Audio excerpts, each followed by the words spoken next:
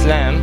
and I am from Bayonne, New Jersey. أعوذ بالله من الشيطان الرجيم بسم الله الرحمن الرحيم. Primarily, I lived a life before Islam of a life that had no purpose, and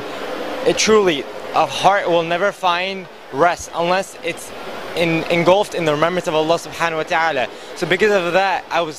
surrounded by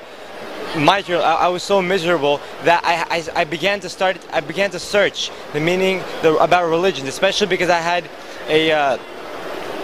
in my household, my parents especially stressed that Islam was a religion that was inspired by the devil. So just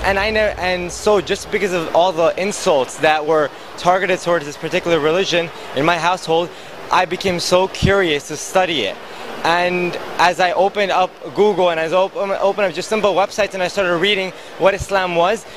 a brother showed me a video by Sheikh Yusuf Assess, and I watched that just for a few minutes, and all I knew about this religion is that it strongly believes in the concept of Tawheed,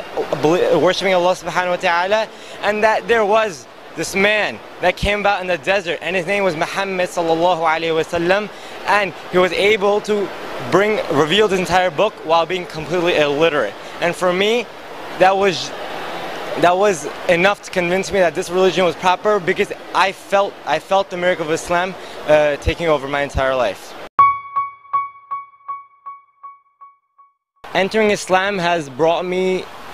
to what I was told I was supposed to expect. Before I converted, I was giving a very brief lecture about the concept of trials and tests in Islam, and that was right on dot. Everything that I experienced after Islam was test after test after test,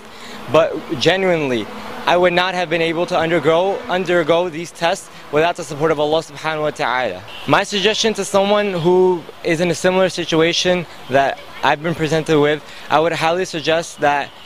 the best idea is to contemplate on the creation of this world, and that it's really genuinely impossible to have